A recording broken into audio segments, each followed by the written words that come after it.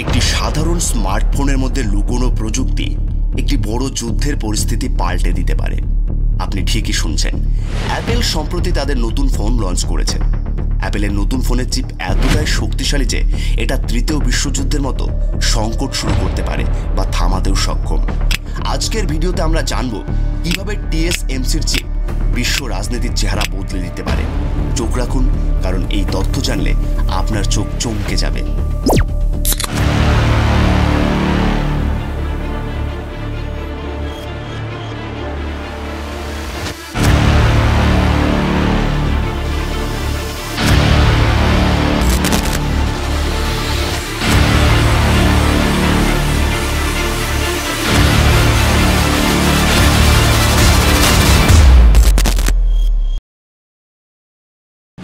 বিশ্বে যে কোম্পানিগুলো প্রযুক্তির মূলধারায় আধিপত্য বিস্তার করছে তাদের মধ্যে TSMC একটি গুরুত্বপূর্ণ ভূমিকা পালন করে।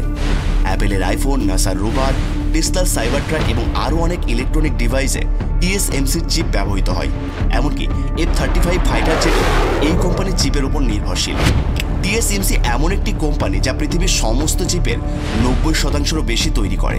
এর ফলে এটি বিশ্বযুদ্ধ শুরু করা বা থামানোর ক্ষেত্রে একটি গুরুত্বপূর্ণ ভূমিকা পালন করতে পারে।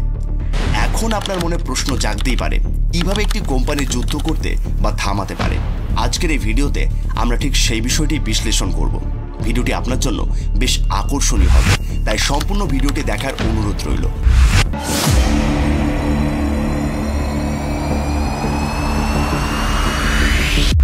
বর্তমানে চিপ 21 শতকে তেলের মতোই গুরুত্বপূর্ণ হয়ে উঠেছে। বিশ্বে মাত্র দুটো কোম্পানি 5 ন্যানোমিটার আকারের অত্যাধুনিক চিপ তৈরি করে। এক হলো স্যামসাং, যা মাত্র 7.5% ইলেকট্রনিক ডিভাইসের চাহিদা মেটায়, এবং বাকি 92.5% চিপ তৈরি করে TSMC। ইলেকট্রনিক্সের ক্ষেত্রে একটি চিপ এত গুরুত্বপূর্ণ যে এটি ছাড়া কিছুই সম্ভব নয়। চিপগুলি ইলেকট্রনিক ডিভাইসের হার্ট হিসেবে কাজ করে।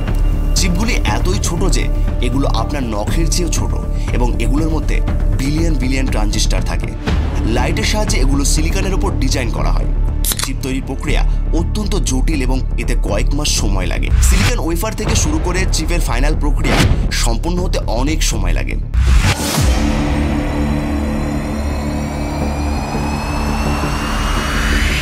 TSMCর গল্প শুরু হয়েছিল আমেরিকায়, তাও একটি চীনা অধিবাসী মরিস চ্যাংয়ের হাত ধরে।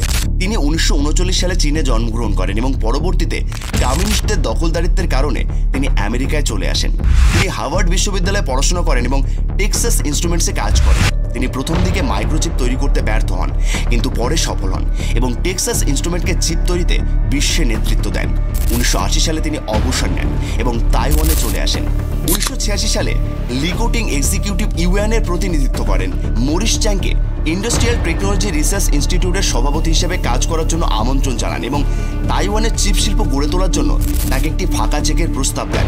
সেখানে তাইওয়ানের সরকার তাকে একটি বড় সুযোগ দেয় এবং বলেন, তোমার যা প্রয়োজন তাই করো, যত খরচ হোক না কেন, সেমিকন্ডাক্টর ইন্ডাস্ট্রিকে তাইওয়ানে গড়ে তোলো। এই সময় তাইওয়ানের সরকার ও সেমিকন্ডাক্টর শিল্পের বিকাশ করতে চেয়েছিলেন, কিন্তু উচ্চ বিনিয়োগ এবং উচ্চ ঝুঁকির প্রকৃতি বিনিয়োগকারীদের খুঁজে পাওয়া কঠিন করে তুলেছিল।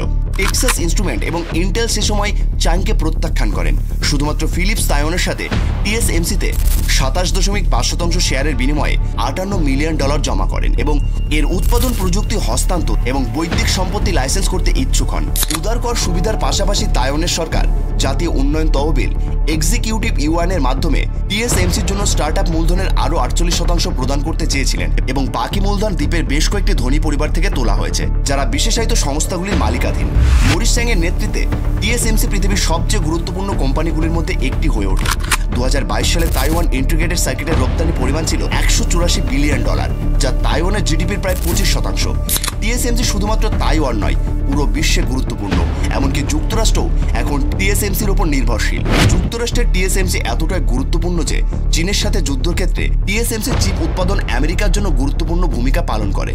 যুক্তরাষ্ট্র ইতিমধ্যেই তাদের নিজস্ব সেমিকন্ডাক্টর উৎপাদনের জন্য বড় আকারে বিনিয়োগ করেছে, কিন্তু এখনও TSMCর সমকক্ষ কেউ নেই। TSMCর গুরুত্ব এত বেশি যে এটি চীন এবং যুক্তরাষ্ট্রের মধ্যে ক্ষমতার ভারসাম্য বজায় রাখতে সাহায্য করে।